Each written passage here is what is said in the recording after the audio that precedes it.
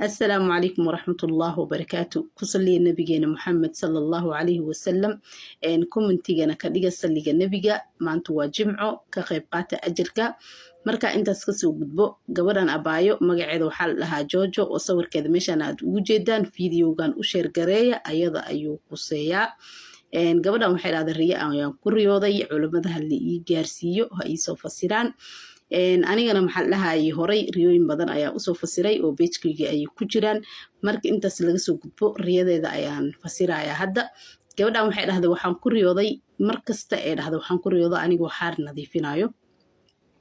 ama xaarka ha tirtirto ama ha dhaqdo ayada yacni sida ayada sheegtay anigoo xaar kalingaleynayo ayaa markasta ku riyoodaa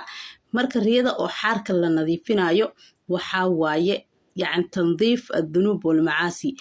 dambiyada iyo macaasida aad noloshaada aad ka nadiifinaysaa aad ka dhaqaysaa maxaa lahayd riyadan waa digniin ilaahay xagiisa kaaga socoto si aad maxaa lahayd dib aad iskugu laabatid oo qof kastoo bini'aadanna dambi uu ka dhacaa macnaheeda ma ahan inaad qof xun tahay laakiin waxaa waaye yacni inaad naftaada muraajacaad ku samaysid oo dambiyada maxaa lahayd kulli qof kasta naftiisa asagaa og aad ka nadiifisid oo aan noqotid qof yacni maasha allah boqolkiiba boqol oo maxaa lahaye oo dembi la-aan ah riyada macnaheeda waxaa waye tandiif addunuub walmacaasi yacni noloshaada ayaad ka kelin garaynaysaa dunuubta iyo macaasida